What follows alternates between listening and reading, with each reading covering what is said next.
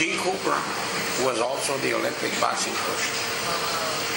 Said to me, Tony, said, I got an amateur boxing event here at Kelly Air Force Base.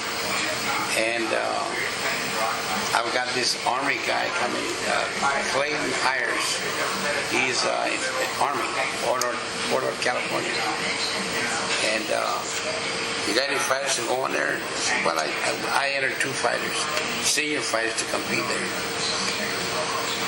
And the night before the fight,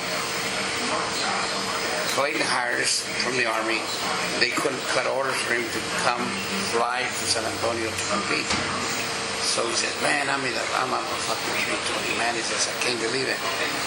Can you help me get an opponent for Jerome Bennett? I says, what weight is he fighting? He says, 54, 56 pounds. I said, I got my son, Tony. He says, little Tony? He says, come on, man. He says, how old is Tony? He says, he's 13. He says, he can't fight. This guy is 20-some odd years old. Master Sergeant there. And he's a 3-time national champion of it. I said, Gene, you want to fight? You got to fight. If not, you want to back out, motherfucker, do it like a man. And he said, no, it's not that. You know, I don't want to get... I said, you can't do that. I said, yes, I can. So I showed him a letter of approval from Jerry Dusenberry in Portland. And he says, I'm going to have to check on that. So he called over there and they gave him that the letter was the right information. So he said, well, I'm going to try to get somebody for him. All right. And you can't find somebody. I got Tonito as a backup. Well, he couldn't come up with one. He said, Tony, I said, I'm going to do this, man. I said, all you got to do is get a special referee. But I don't think you're going to need a referee. He said, man, you got some fucking balls. Your son doesn't want to get in the ring, not you. I said, Gene, let's see what happens, okay? The fight was made. All the other fights, that was the main event. Jerome Bennett, it was a middleweight. They brought him down to 158. Tony fought at 156. Jerome Bennett southpaw. Coming there, you know. Tony was just moving. Then all of a sudden, Jerome threw 1-2, and Tony caught him left right to the liver. Boom! Jerome Bennett went down on his knee. Fucking people, what happened? Okay. Tony dropped him 3 times and won the bout. Didn't stop him. Won the bout. So Gene says, I don't believe this shit. This kid's 13 years old. So when you give him 1, right? Yes. Yeah. I got the keys here. But I'll open it up. You gonna come around? But we got a lot of sparring today. You got the keys, okay? All right, we got a lot of sparring today. What happened was that it just so happened that he won the Nationals. Then the following, he kept winning. He fought 10 or 12 senior fighters and knocked them all out except Jerome Bennett. Oh, as a matter of fact, Gene Cooper says, you know what, the kid, the Army Sergeant, Clayton Hires, he's available now. He can make the trip. I said, well, he says, well, you're going to find him with Bennett? I said, no, fucking Bennett's a little perturbed about what happened with him and Tony. He said, but you want to fight him with Tony? I said, why not? So he made contact. Gene Cooper was in the Air Force. This guy was in the military, in the Army. So throughout their communications, he made the fights which I had at San Fernando. Clayton Hires came in and flew in with 2 of his trainers. Clayton Hires, light man, built like a mother. So at the weigh-in, the morning of the fight, he says to me, where's that guy? Did he leave? He says, his coach said, Mr. Ayala, he says, who are we going to fight? I says, my son, Tony. Which one is it? I said, the one standing over there with Felix Castillo and Joey Rodriguez. Mm-hmm. He said, well, the other 2 kids are too small. You mean that little fat one there? I said, yeah, the fat one. I said, well, how old is Not he? banquet. I said, he's 14.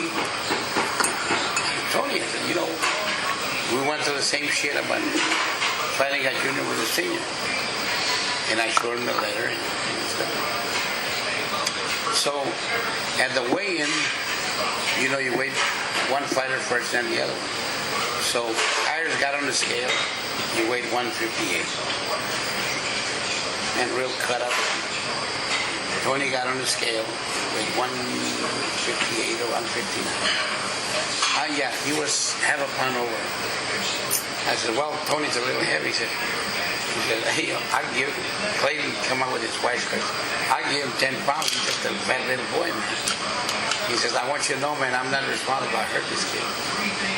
Tony turned around and said, hey, let me tell you something, nigger. You don't have to take care of it, You tell me that shit up in the ring, right? We're going to fight later today. I said, oh, shit. Tony stopped him in the first round. 33 seconds of the first round. Broke his rib. Stopped him. Then he won the 14 and 15-year-old JOs. And at the age of 16, put him in the Golden Gloves. And he went straight through all the way to the Nationals. I have a tape when he fought Lamont Kirkland. Lamont Kirkland. Did you see that? 1979? Yeah. Yes, sir. Lamont Kirkland there were two people in different brackets that the amateur system wanted to get a representative for the 1980 Olympics. So Lamont Kirkland was put in one bracket, and James Schuler out of Philadelphia, the black pearl that fought pro, that got killed in a motorcycle accident. Okay. They put him in different brackets. And Tony was under the bracket with Schuler. So there was supposed to be the mega fight between the two superstars. But Tony went up there, and the first two fights he won by knockout. And the third fight was going to be with James Schuler. And the James Schuler's people made some background studies, and they said, no, we don't want to fight this one. So they pulled him out. Tony had a walkover. Now the night of the finals, it was Lamont Kirkland who had won all of his five fights. Big fucking black guy, big motherfucker. And all through the tournament, he had cornrows. Well, the night of the tournament, he had a special outfit, and he had a big fucking afro that made him look like about 8 foot tall, man. Yes, sir. Tony was, we were shadowboxing, and he was very polite. He came over and says, Tony says, good luck, man. He says, 21, he said, you need the luck, motherfucker. Don't want to kick your ass in there. So, okay. So, at the fight, man, he dropped Tony in the first round. Yeah, first round, had him in trouble. Yeah, Tony got up, man, and he kicked the dog shit. Just like that. 378. And he won. But after that, Lamont Kirkland and Tony became real good friends. They both turned pro. Lamont fought a few fights, and then whatever reason, he quit. We never heard nothing about it. Tony, of course, continued on. He was a Mike Tyson before Mike Tyson. But as bad habits caught up with him, started doing drugs, started hanging around with the wrong people, and he got charged with an assault, rape assault, in New Jersey. There are some things that I'm not going to release to you. Okay, he was set up. Okay? The girl that charged him with rape claimed that she didn't know that. But Tony and I were staying in the same apartment complex where she was staying at also. And naturally I came back to train my fighters that I had here. So I left Tony in New Jersey. In Christmas and New Year's, his wife, Tony, had already married Lisa. When Lisa said, I'm going to surprise Tony, I'm going to be with us so we can spend New Year's together. And she flew up there. And I told Tony, hey man, you know, Lisa's going up there. Keep your nose clean. So on New Year's Eve they went out and they both got a little bit drunk. They came back to the apartment and Tony's girlfriend, the one that charged him with rape, he had been going out with him and all that shit. Well, Tony and her were supposed to spend New Year's together. But since Lisa came up there on a surprise visit, you know, Tony didn't want to rock the boat. So at that time they didn't have cell phone, they had pagers, remember? Yes, sir. So he kept getting pages on his pager, but on the vibration. Do y'all want anything else? No, honey, thank you very much. No. So Tony would look at the number, it was her trying to call him. So after they came back and Lisa fell asleep, Tony got up and went to see her. When she got in there, Tony fucked her. She had semen in her. So after he left, she wanted to get even. And during the course of the trial, Tony had witnesses that for whatever reason never showed up for the trial. I don't know whether they were bought off or what happened. One of them was a fighter and the other was a bartender. Then one of Tony's lawyers presented to the judge that the girl had said that she didn't know Tony, yet she had a traffic violation, a traffic ticket. I think she ran a stop sign or a red light. And in Tony's car. So how could she say that she didn't know him and still be driving his car? And Tony had a brand new 1981 Pontiac Grand Prix. So the judge, for whatever reason, they're not going to allow that in as evidence. And, you know, I asked them, why not? So naturally, we found out how the cards were stacked against Tony. Tony was given a 35-year sentence for rape. But I know that was not true. A lot of people know that was not true. But there were some. Tony was raped only because he had something to do with one of the people who were involved with the promotion, a person, a woman. And the husband found out that it was set up. And that's the way it is. Served 16 years, came out, and a few months later at his release, he fought his first fight. When he was released from prison, we went to pick him up in a limousine. There were about 50 newspaper people from all over the world. And the main question was, are you going to fight again? Yes, I'm going to fight again. He was 38 years old. And his very first fight at the Joe Freeman Coliseum, he sold the place out. 12,070. He sold the place out at about 4-day event. And altogether he had 9 fights, I think. 7 or 9 fights. And then he started hanging around with the wrong people again. Got shot with a 45. It's a sad story. It's a sad story because here's a guy that's going to be a multi-millionaire, like I tell him. But you gave up the chance to become a multi-millionaire for a number across your chest. And now you don't have enough money to buy an Hermes now. But Dad, you know what, man? You don't need to be telling me these things. We argue, through correspondence in the mail, and he said, "Here you go. You're going to come up with that shit again." Like when he was, when I was when Tony went to prison, I left San Antonio. I was embarrassed. I was humiliated, you know. every time I went somewhere, Paulie and I would go eat somewhere to eat or something. I could see people, and then all of a sudden, kind of make believe like they.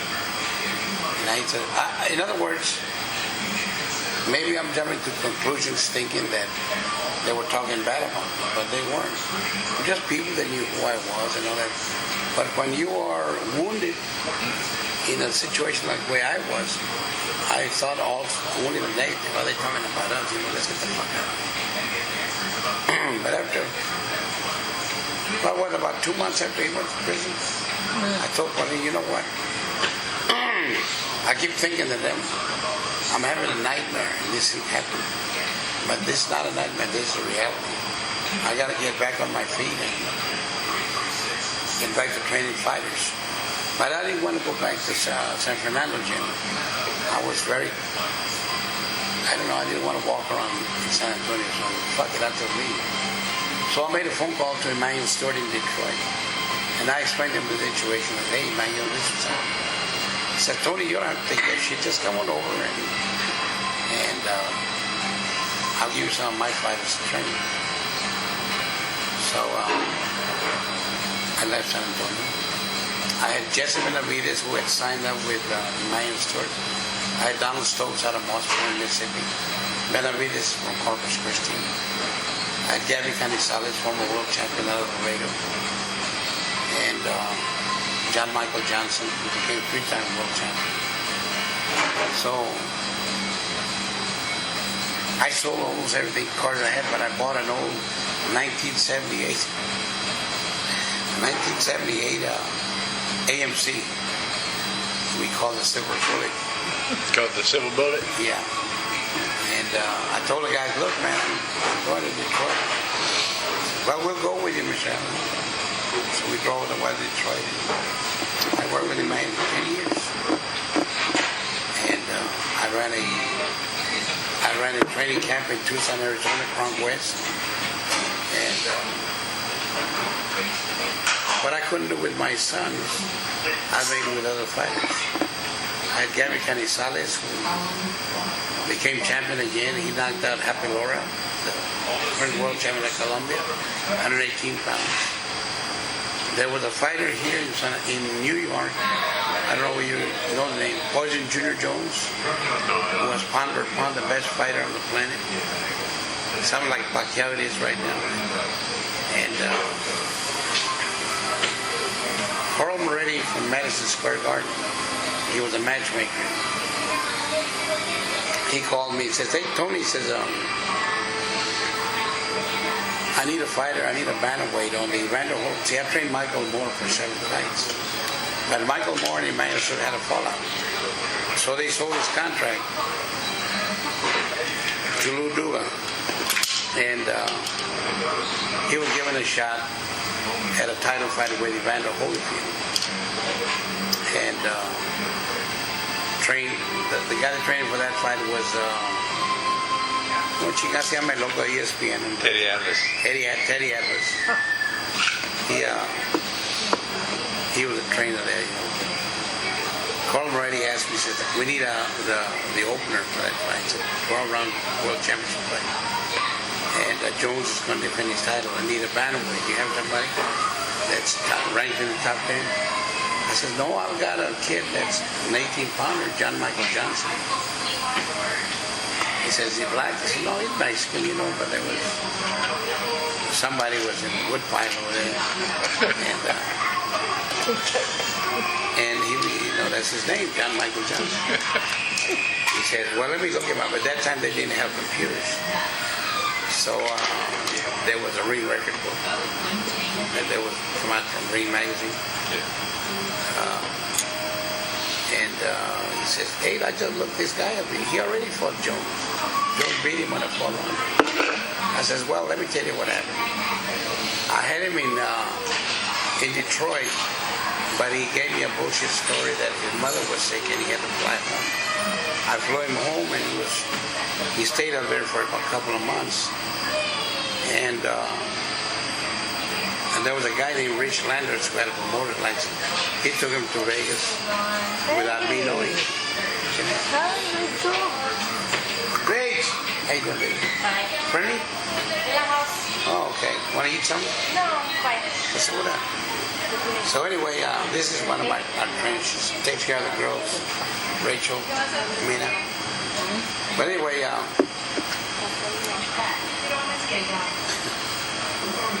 he said, this guy fought already? I said, yeah, but I explained to him what had happened.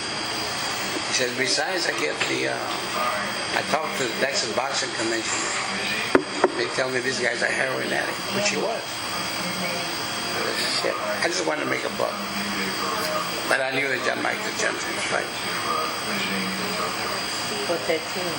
So he says, Tony, I got to have this fight I got to close this deal by this coming Friday, which was about 4 days from the time he called me. I'm going to be hunting around for another bantamweight, but I'll call you back. So I said, this guy's not going to call. So the day before he was supposed to call me, on the third day he called me. Tony said, we're going to have to use John Michael Johnson. He said, we don't have time to book somebody else. It's going to be live on television out of Las Vegas Caesar's Palace. He says, but come on, Tony. He said, do you think that this guy can give us at least 3 or 4 rounds? He can be honest without getting knocked out. And I said, Coral, I says, how long have you known me? Well, Tony, I've known you for quite a few years. I said, you ever see me go up there with a duck? But no, you've always had good fighters. So I want you to remember what I'm going to tell you. If you see me go in there with a fucking coffin and I put a dead man out of there, that motherfucker across the ring better be ready to fight. Yeah, right, exactly. So he says, but I can only give you $20,000. Here's a guy that was making $500 a fight. So I says, all right. They did fax machine. Says, I'm going to overnight you the contract, which he did. I told John Michael, he was sitting on the ring set like this, and he says, Michael, you got this fight, man, sign here.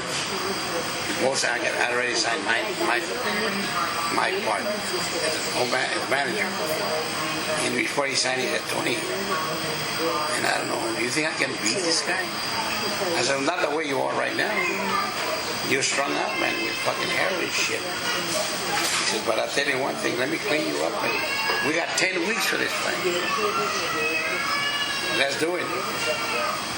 All right, so he put his name on it. I sealed it. And I overnighted back to him. And I trained that night. He was shot, man. And I said, you know what, John? You need to move in with me. Where? To my house. Man, I don't know. I said, look, that's the only way, man. So my wife and I stayed with him 28 days. We did time in bed. And he would hallucinate, breaking out of the drug addiction. He'd wake up in the middle of the night and say, Tony, there's a little man, a little midget that wants to kill me. He was hallucinating. No, I said, he ain't gonna fuck around with. I already talked to him. Not getting tied up to his bed. Well, 21 days later, he says he woke up, he had what they call eye boogers in his nose, lagañas, all fucked up. He said, man, I'm hungry. And I told Paulie, that's it, he's clean now.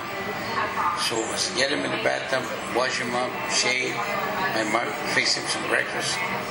He says, what are you going to do now? I said, I'm going to in 2 hours, I'm going to go run, motherfucker. Yeah. So we ran in the morning and at night. We got him ready for it. I got this also on tape. At the weigh-in at Caesar's Palace, the day before the fight,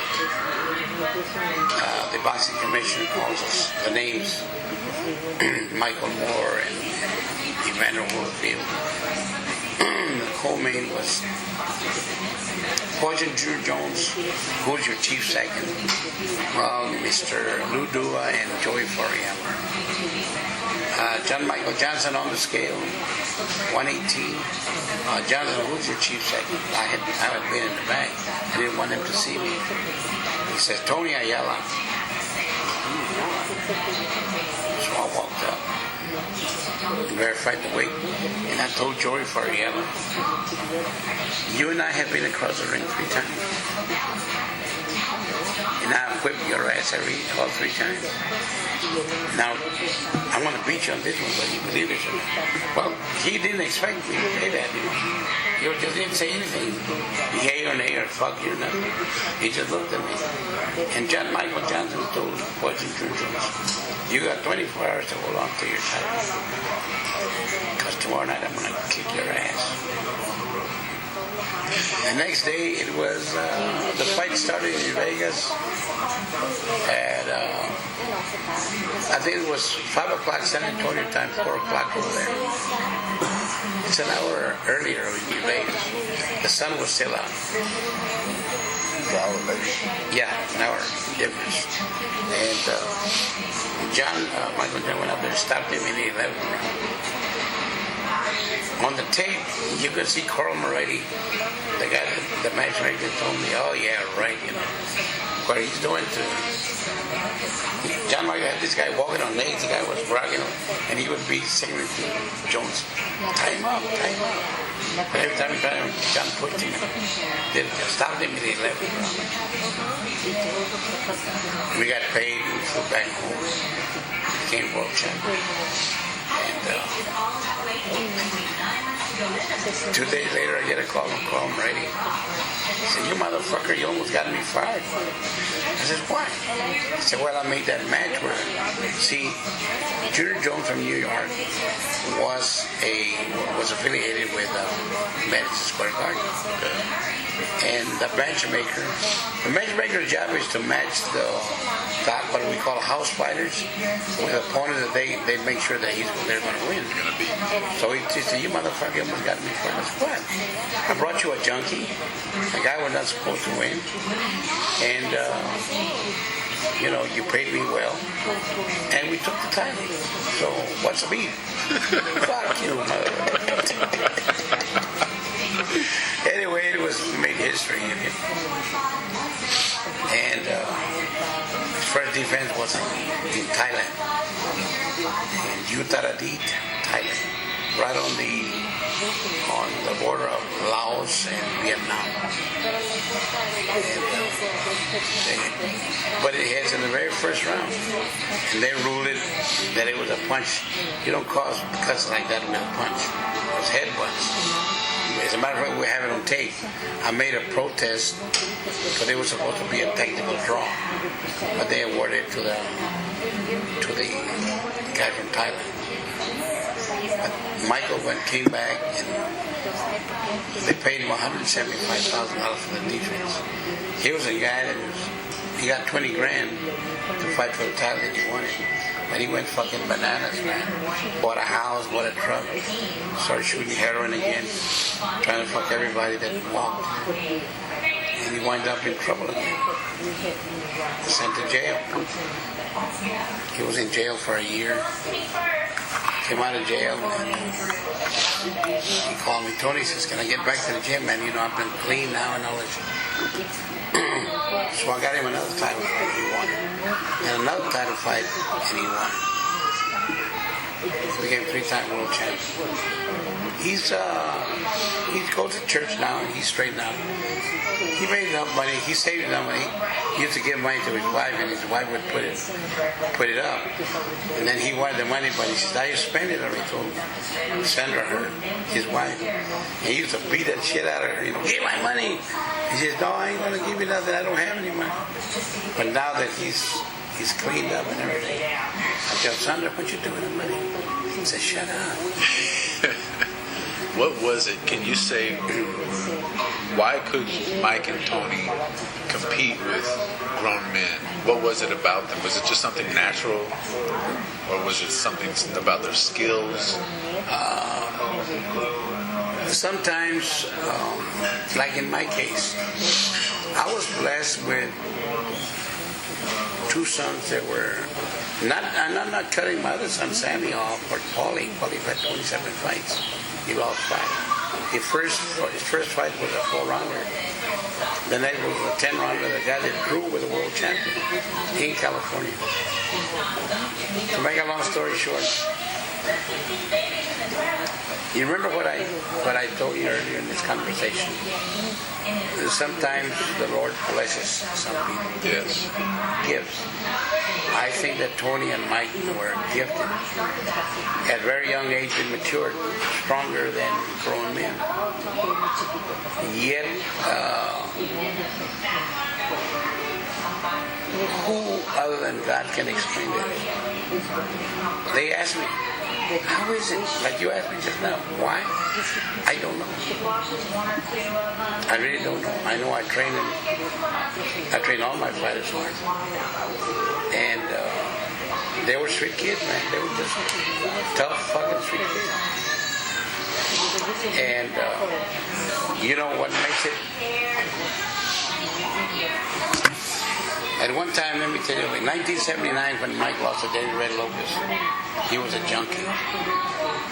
Mike weighed at the weigh-in, the pre-weigh-in, he weighed 117 and a quarter pounds. Too small to fight David Red Lopez. So I had to take him out to eat, fill him up with iced tea, put some weight on, so he could make the weight, featherweight, with 126. That was fight of the year, 1979, Danny Red Lopez and Mike.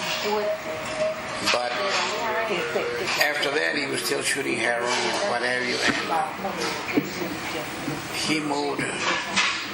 During that fight, Howard Davis, gold medal winner at 76 Olympics, he was managed by Dennis Rappaport out of New York. Well, they were so into it with the Mike Ayala Day Red Lopez fight that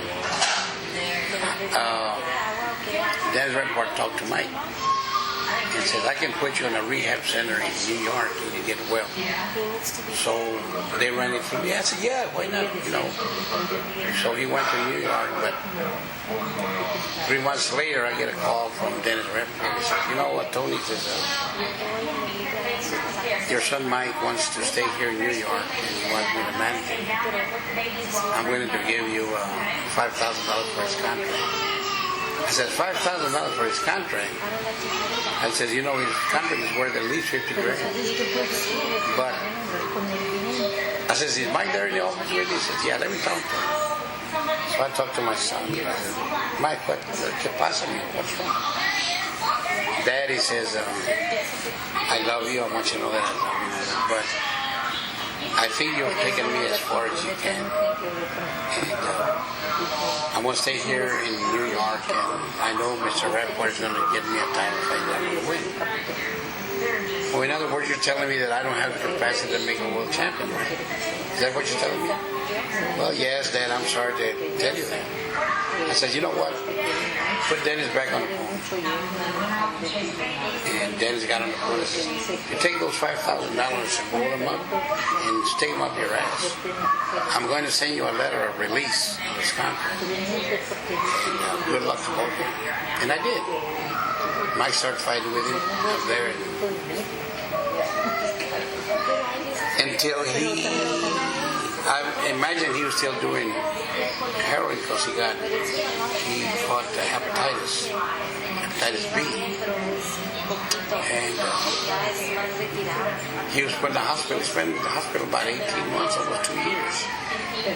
That's when I turned Tony pro. Tony was fighting, but he always kept saying, let's go get Mike, bring him back home dead. So in one of the trips we were based in New Jersey. We went over and drove up to see Mike in New York. And he was in the state hospital.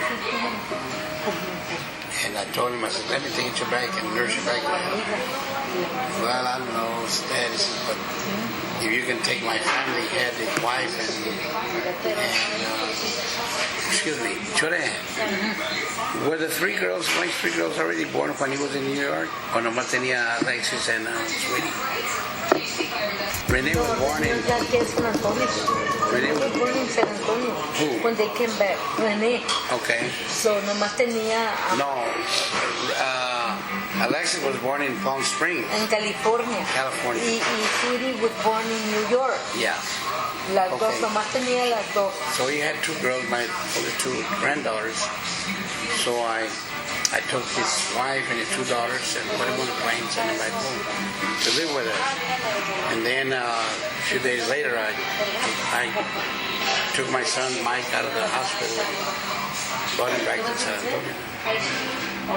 And according to the doctors in New York, he would never fight again. He had chronic infection of hepatitis. Well, I don't know if it was the tacos or whatever, but he got well. And I put him back in the gym. He started working out. Well, he had a car that he had bought in 1978 T-Bird, which he fucked it up and left it in Eagle Pass. So Tony and I, while he was in New York sick, we drove up there and brought the car back and fixed it all up. When Mike got well, here's there's your car. So here's this guy on a trip that I made out of town with fighters. He sold the car and the money he used to go back to New York. So I came back and man, I was pissed, man. So he went and fought again with under Dennis Airport, but never won anything. So,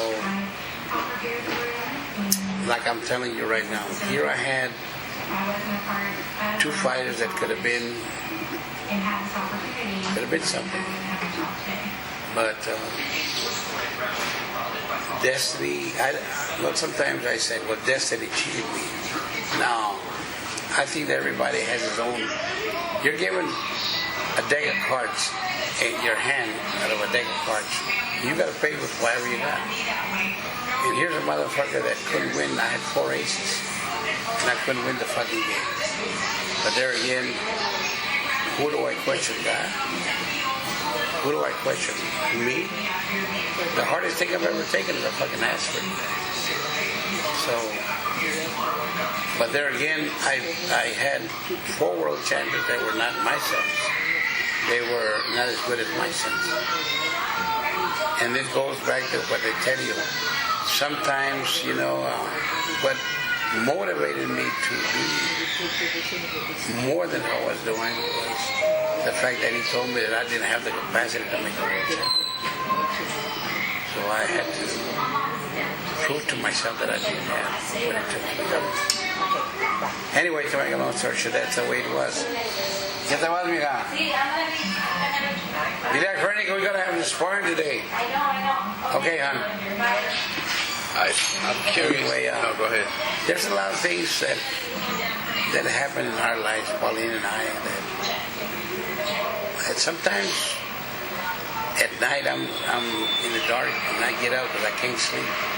A lot of shit goes through my head. Why? Why did this happen? And I don't know why. I have to wait till I die and meet my Creator to find out, hey, what happened? Maybe I didn't do the right thing. Maybe I was not a good parent, because I fucked up a lot myself. Never did drugs, but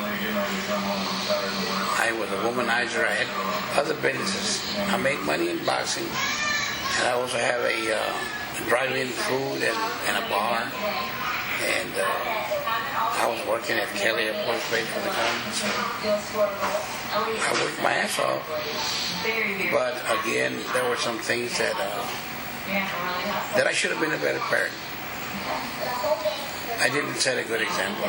This is my way of thinking. My sons, like Tony and Mike, said, "No, Dad, don't blame yourself. It was just us." And I said, well, what I should have done, what I did with my youngest son, I should have moved out of that neighborhood.